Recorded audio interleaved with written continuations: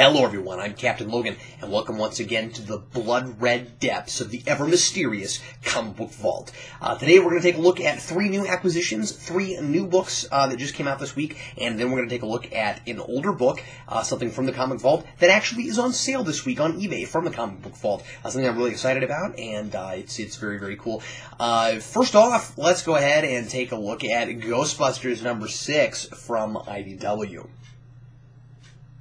Eric Burnham is having a lot of fun putting ghosts in bizarre objects. This time we get a possessed carousel and another big statue, this time a monkey, as Egon and Winston split up from Peter and Ray investigating the haunted amusement park.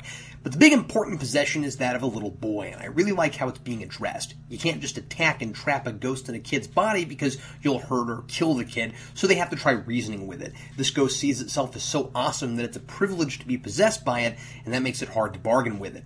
Schoening does some of his creepier artwork this issue, and I was reminded of some of the more chilling bits of the video game reading this one. This isn't the funniest issue, as it's working hard to push some plot along and give some background about the ghost, but it still has its moments, like when Ray mentions an incident at Woodstock that's relevant to this case. Peter asks, "What happened at Woodstock?" And in a classic Ray line, he responds with, "Rock and roll history." I laughed out loud. Next, it's the super creepy Batman number 6 from DC. This is why Greg Capullo is on this book. There are some incredibly vivid and disturbing images here, as Batman continues to try to claw his way out of the Court of Owls maze, now fighting against Talon, who tells him what a great opponent he's been to the court and how honored they are to bury him there in their domain, all while he wails on Batman and the ranks of the court scream various ways they'd like to see him die. The cover is as bizarre and intriguing an image as anything inside, a grotesque amalgam of bat and owl, suggesting that the court is really getting to Batman and that he's becoming practically consumed by it.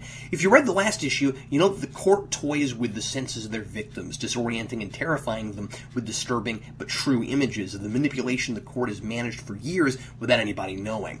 The reader sees all of this from Batman's perspective, and so we see Batman as he's coming to see himself in this place, an exaggerated and insane monster. It's hard to know what's real and what's filtered through Bruce's damaged mind at this point. Snyder continues delivering a comic that is as horror as it is superhero, but still unmistakably a Batman comic, and the ending is a fantastic shock. And finally, a Marvel book, and a .1 no less, Amazing Spider-Man number 679.1. I'm not entirely sure why this had to be a .1 issue, unless Marvel's just making a lot of starts to new long-running story arcs .1s now. We've had a little 2-issue time travel story since Spider Island, and this issue, while not starting any big-named event or anything, is certainly laying the foundation for a lot of things to come. I just want to implore people already buying Amazing that if you generally skip .1s because you think they're only for new readers and only tell you what you already know, you really should have this issue because it reads like it's just the next issue. Anyway, Michael Morbius returns this issue, and his bloodlust is back.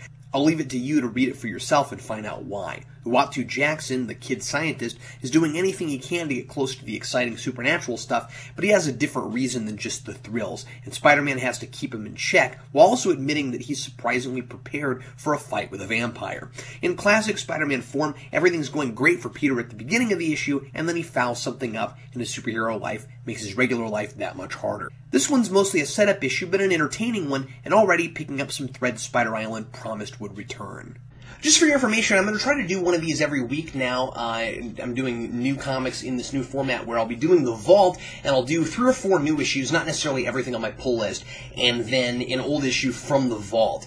So you might be wondering where Venom is, since Venom is in the middle of a big event right now, and I've been keeping up with this book like crazy. I'm not going to review these individually, because they're coming out every week till this event is finished, but when the event is done, I'm going to do a special video probably just on this. So stay tuned for that. Right now, it's time for our book from the Vault. Here is Iron Man number 3. That's right. Volume 1, Iron Man number 3. A fantastic copy, by the way, of Iron Man number 3. And this is available right now from the Comic Vault on eBay.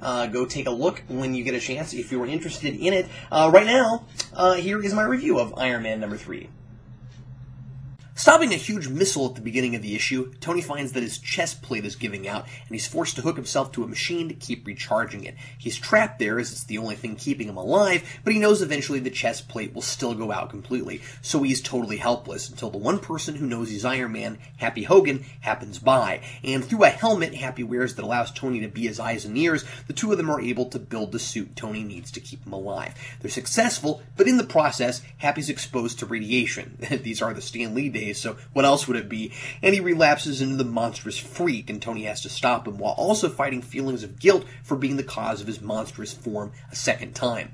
I was reminded reading this issue how close current Marvel, and especially the movies, are still to what Iron Man was at this time. He's a founding Avenger, and that's brought up a lot. S.H.I.E.L.D. is very present, and though he doesn't appear, Nick Fury is even mentioned. But this Tony Stark is more intrinsically heroic and less self-absorbed than he's now portrayed, and yet still is prideful and self-reliant as he refuses to risk his identity to get help with his predicament, even if it means his life. It's only after he draws up the plans for the suit and realizes that just doing that was so hard, building it himself, especially stuck in one spot, would be impossible, that he even considers help from anyone, and then only when he knows that the person visiting is the guy who already knows he's Iron Man. The Freak story borrows a lot of monster movie tropes, and the comic even draws attention to that, comparing him to King Kong. The first thing Happy does when he's transformed is grab Pepper and walk off with her, just like King Kong. I found the ending to be a little anticlimactic as Iron Man returns Happy to his former self with the same plot device he used the first time, but I like that this return of the Freak is used to make Tony consider something he hadn't before, that perhaps it's too dangerous to be Iron Man, and not just because, like all superheroes, anyone close to him could potentially get hurt, but because his heart condition adds an extra wild card with unforeseen possibilities. This is a pretty character-driven story, and not just an excuse to bring back an old enemy. And as you know, the Comic Book Vault is an intricate patchwork quilt of comic books that you can both donate to and buy things from. You can go right now to wearegeeksnotnerds.com, click on the Comic Book Vault, or check out our eBay. Captain Logan 1989 is the username, and you can take a look at Iron Man #3 and lots of other cool books that we have for sale right there on the Vault.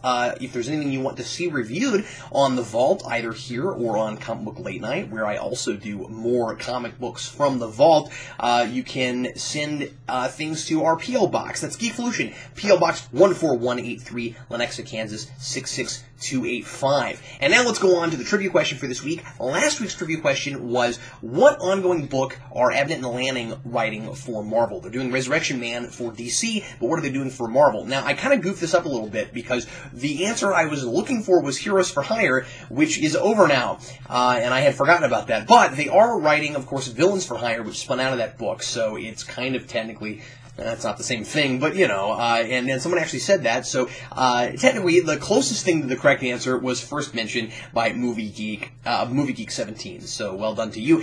And our question for today is, in the Fox Spider-Man animated series, due to network censorship, Morbius didn't suck blood. What was Morbius after instead? Instead of blood, what was Morbius after? That's the question. Leave the answer in the comments, and whoever gets it right first, I will mention in next week's Comic Book Vault. Hey, be sure to check out Comic Book Late Night.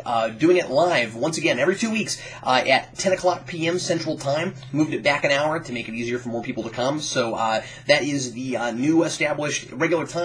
Friday nights, every other Friday, 10 o'clock Central Time, Ustream.tv. The link will be the link is in the description of the teaser from this week that I just put up. So go check that out if you need to know how to get there. I'll put up another video just before the show, once again, just in case you're not sure how to get there and take a look at it. This week's special guest is Adam Beechin, writing Batman Beyond Unlimited, which is coming out which is actually coming out at the end of the month in print and is by now already starting to come out in digital. So check that out. Fantastic interview with Adam, and really cool that he's going to be on the show. So be sure to check that out. If you can't make it live, of course, I will post it on YouTube on Saturday. Thanks a lot for watching. I'm Captain Logan. Happy reading.